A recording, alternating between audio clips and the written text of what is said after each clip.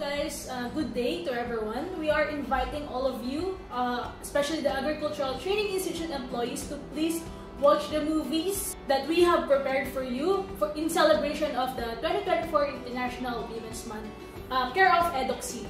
How can we utilize women in the field of agriculture and fisheries? So with this movie, na-enlighten tayo na dapat mag-develop din tayo ng mga gender-sensitive machineries, training and extension services sa ating mga kababaihan upang mabigyan sila ng kontribusyon sa sektor ng agrikultura at pangisdaan. Isa itong paraan upang maging aktibo sila at maging kapakipakinabang na manpower or kasama natin sa sektor ng agrikultura. Isa pa siguro na avenue on how can we utilize them or maximize their potential is to develop more programs and services na hindi nalilimitahan yung kanilang kakayahan bilang miyembro ng sektor ng pansakahan at pangisdaan.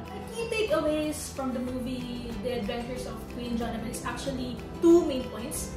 One is about the family. So dito makikita natin yung responsibility talaga ng isang ate kung gaano niya kamahal yung kapatid niya, even though na walang-wala sila. It's a point na walang sukuan.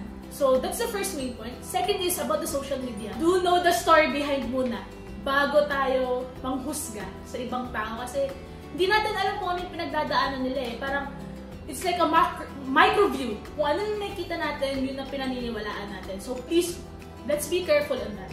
I would like to invite everyone to watch a series of films by EDOC Cine during this celebration of National Women's Month. Visit www.edocine.com.